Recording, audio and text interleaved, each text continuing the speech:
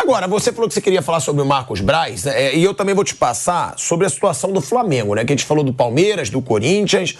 O Flamengo, Mauro, ele tem a melhor defesa entre os clubes da Série A nessa temporada.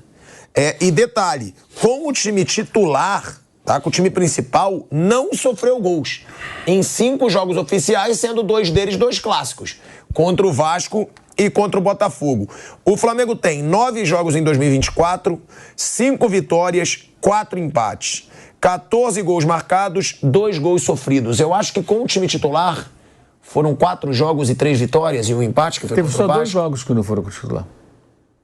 Contando os amistosos, né? Só foram 2 jogos com... Então foram 7 jogos. O time titular que eu falo, o time principal, né? Sim. Reserva de titulares, que é o time que jogou 2 partidas do Carioca foi o time dos garotos, né? Um time C, D, sei lá. E aí você tem 9 jogos, 5 vitórias, 4 empates, 14 gols marcados, 2 gols sofridos. Isso tem que ser sempre relativizado, porque está jogando no Campeonato Carioca, adversários são fracos, alguns são meros sparrings, mas você falou, nos clássicos não tomou gol, assim... Não estou dizendo que o Flamengo tem uma defesa perfeita, pelo contrário, ainda concede algumas oportunidades para os adversários que não deveria. Mas é uma clara mudança de comportamento, né? Que é muito a cara do técnico. O Tite monta equipes pela defesa com a preocupação primeiro, não tomar gol, não perder jogo. A partir daí ele vai trabalhar o restante. É o que está acontecendo muito claramente.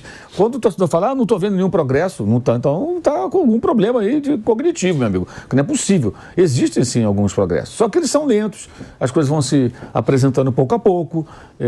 Eu acho que assim, tem atuação ruim, as atuações ruins como contra o Botafogo têm que ser ditas e criticadas, evidentemente são criticadas, mas acho que é um processo que está em andamento.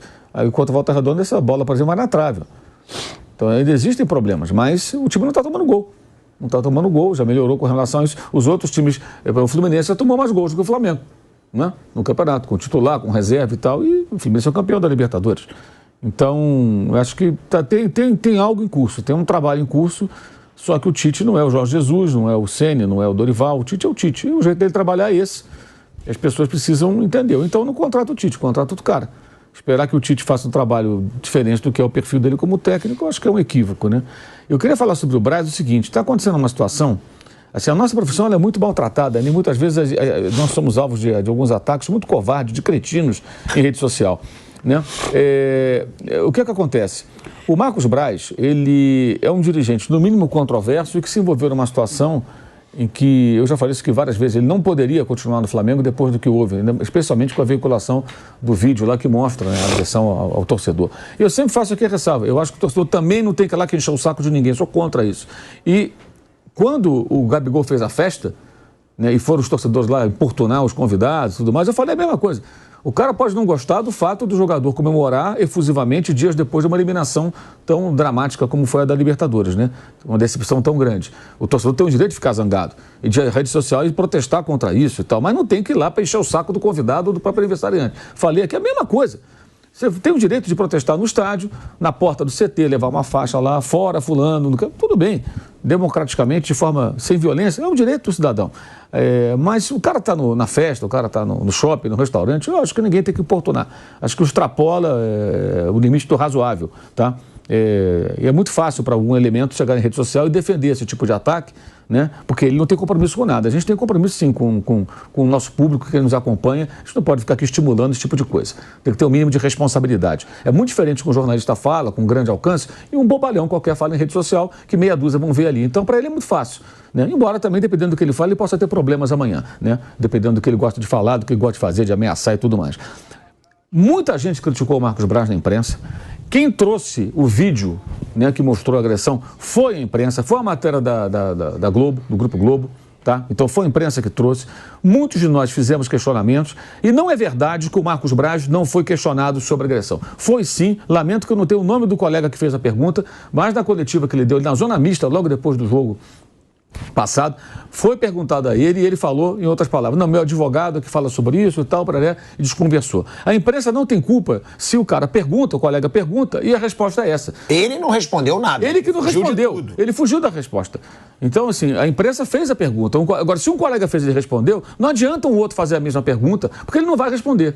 Então a crítica tem que ser ao Marcos Braz por não se manifestar, não ao colega, ou por omissão. Não houve omissão. Houve omissão do Flamengo, houve omissão do Rodolfo Landim, que é o presidente, do Conselho do Flamengo, dos poderes do clube que não fizeram nada, que acomodaram a situação, embora tenha sido protocolado pedido de afastamento do dirigente pelo que aconteceu, que vinculou o Flamengo quando ele foi dar uma entrevista dentro do clube. Então não me venha com essa cretinice de tentar dizer que ou eu ou outros colegas não criticamos, porque nós criticamos sim, não houve omissão por parte da imprensa e não existe a imprensa. A imprensa, ela abriga diferentes profissionais, linhas editoriais e formas de trabalhar e opiniões diferentes sobre diferentes assuntos. Então, se um ou outro pensa de um jeito, age de um jeito com relação a esse episódio lamentável, não significa que todos nós pensemos assim ou tenhamos a mesma postura. Não é assim. E o Marcos Braz foi sim criticado, eu critiquei várias vezes, já falei, não tinha que continuar no Flamengo, não tem condições de continuar, isso é uma omissão do presidente do clube que deveria fazer alguma coisa, né? Os poderes do clube também. Agora, se o jornalista, na coletiva ou na zona, foi uma coletiva improvisada, faz uma pergunta para ele não responde, vai fazer o quê? Nem só não responde, né, Mauro? Ele mentiu. Não, estou dizendo dessa agora na coletiva, que perguntaram. Antes também, perguntaram, ele contou uma versão que o vídeo mostra outra coisa, né? Aí é a polêmica, que a menina não estava, a filha dele não estava mais na loja. Ele, fui ameaçado, minha filha estava... Não. E aí o vídeo mostra que a moça tinha saído já, quando apareceu o sujeito lá que o importunou. E a imprensa não tem culpa se o agredido fez um acordo na justiça, né, com o próprio dirigente. Eles fizeram um acordo. O que é que nós temos com isso? Então, eu acho que a imprensa cobriu o fato, os colegas lá da Globo trouxeram a matéria, mostraram. Antes o primeiro vídeo veiculado foi pelo colega lá do Jornal Dia, do SBT, o Vene Casagrande, ele que veiculou o primeiro vídeo mostrando a confusão. Que né? Sempre assiste a gente aqui, inclusive. Entendeu? Então, foi um colega que colocou o primeiro vídeo, foram os colegas da Globo que trouxeram depois essa outra matéria. Isso foi tema de muitas reportagens, muita gente criticou, sim. Então, a imprensa não está se omitindo. Quem se omite é o clube, é o presidente do clube que nada fez, que não o afastou. Quem se omite são os poderes do clube, que aceitaram isso mesmo com algumas pessoas do clube, conselheiros, pessoas da oposição, tendo protocolado, inclusive, pedidos de afastamento do dirigente, tá? Porque isso respinga na imagem do Flamengo, né? Não tem compliance, né? Deveria ter, né? Hoje fala-se tanto nisso, né? Mundo corporativo, futebol, compliance, regras de conduta, comportamento, o que é bom, o que é ruim para a imagem da empresa, etc. e tal. Então, eu queria fazer esse registro porque é muita cretinice, entendeu? Então, de repente, o cara fala, comigo acontece comigo, às vezes eu faço um bobalhão, você não fala do Braz, você critica o Gabigol. Eu critico o Gabigol quando joga mal, eu critico o Braz também, acho que o Braz tinha que sair, e eu acho que o Gabigol não tem que renovar o contrato enquanto não jogar bem. Eu acho, as duas coisas andam juntas. Uma coisa não elimina a outra, não. Não elimina a outra, não. E sobre o presidente do Flamengo, há 15 dias eu questionei, exatamente há 14 dias, eu questionei sobre esse episódio. Mandei uma mensagem e perguntei, presidente, depois da veiculação desse vídeo do shopping, né? O que vai acontecer? Alguma medida? Vai ter uma consequência? Ele não respondeu. Às vezes ele responde. Hoje eu perguntei ele sobre o estádio. Vamos ver se ele vai responder. Quando ele responde, eu trago a informação. Agora, eu não posso obrigar o dirigente a me responder. Eu, como jornalista, tento fazer a apuração da informação, né? Então, assim, as pessoas não entendem a nossa profissão e alguns ficam tentando rotular como se todos nós fôssemos omissos, covardes ou não nos manifestássemos. E quando a gente critica um jogador, o fã-clube do jogador tenta misturar as coisas como se você criticasse o jogador e não criticasse o dirigente. Aqui é o pau que dá em Chico e dá em Francisco, critica todo, e elogia quando vai bem. Se o Gabigol amanhã fizer 3 gols de bicicleta, jogar pra caramba, a gente vai elogiar. É evidente que é uma outra coisa muito chata, sabe? Essa coisa de critica o jogador. Não, você está criticando mais esse que aquele. O cara tem uma régua própria e fica medindo. E tem outra coisa. Por que o jogador sofre mais crítica que o dirigente? Porque ele está toda hora entrando em campo e está toda hora jogando mal. Então, você critica aquela atuação, depois critica a outra atuação. Agora, se ele fizer 3 jogos ótimos, ele vai ser elogiado, elogiado, elogiado. É simples assim. O dirigente tem um episódio específico que ele entra e sai do noticiário. A gente não vai ficar a vida inteira falando sobre isso sem parar. A crítica já foi feita, nada aconteceu. Se amanhã surgir um novo episódio ou um novo desdobramento desse caso do shopping, a gente vai voltar a falar e dar opinião e criticar se for para criticar. Então, eu acho que isso é importante pontuar porque assim, é muito sórdido, sujo e cretino, covarde o que algumas pessoas tentam fazer em rede social. Com vários de nós. Isso é um desrespeito com o trabalho das pessoas. Todos nós somos atacados constantemente. Não, você pode ser criticado. Não concordo com a sua opinião sobre isso. Então... Você não concordo... Merece, ok, né? Mas seja específico, tá? Você falou que essa caneca aqui é legal, mesmo. Tudo bem, beleza, tudo bem. Agora, o que não foi falado, ou ignorar o que foi falado, quer dizer, você não fala desse assunto. Como não fala? Tá lá tudo registrado, cara.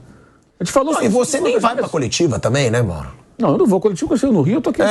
Nem vai. Agora, Até isso já veio. Por que você não manda pergunta na coletiva? Porque eu não estou no estádio. Por que você não está no estádio? Porque eu não moro no Rio de Janeiro, o Flamengo joga no Rio de Janeiro, eu moro em São Paulo, trabalho aqui em São Paulo. Não, porque você é comentarista também. Exato, não tem obrigação de estar lá. Agora, eu pergunto. Mas eu acho que tem colegas... Se o Marcos vai me responder aqui no telefone, eu pergunto para ele, mas ele não vai me responder Eu acho que tem colegas, inclusive, que são amiguinhos de dirigente e não perguntam. Isso tem adoidado, mas não pode misturar. Então, separe bem quem age lógico, assim, quem age de outra maneira. Claro, óbvio. Então, seja específico na crítica. Óbvio. Já que o Valentão... Que são, geralmente, os escolhidos nas coletivas do Flamengo. Já que o Valentão lá da internet quer ficar apontando, aponta o nome. O fulano de tal, jornalista de tal veículo, esteve na coletiva e não perguntou, não criticou, nunca escreveu sobre esse assunto, passou à margem desse assunto. Seja específico, então. Ficar colocando todo mundo no mesmo balaio não é justo. Repetindo, o vídeo viralizou a partir da postagem de um jornalista, que foi o Venê. Que está assistindo a gente agora. Ele mandou agradecer você por ter... Ele foi o primeiro a colocar. Tá? E agora, mais recentemente, a TV Globo, lá o Grupo Globo, foi até no Globo News, acho que a matéria foi primeiro, mostrando lá o vídeo inteiro, aquela coisa toda, o Ministério Público, contando toda a história. Então, não houve omissão da imprensa. Pode existir omissão de alguns integrantes da imprensa. E talvez não queiram falar do assunto. Generalizar, colocar todo mundo no balaio, isso aí a gente não vai engolir, não. Vá procurar o que fazer.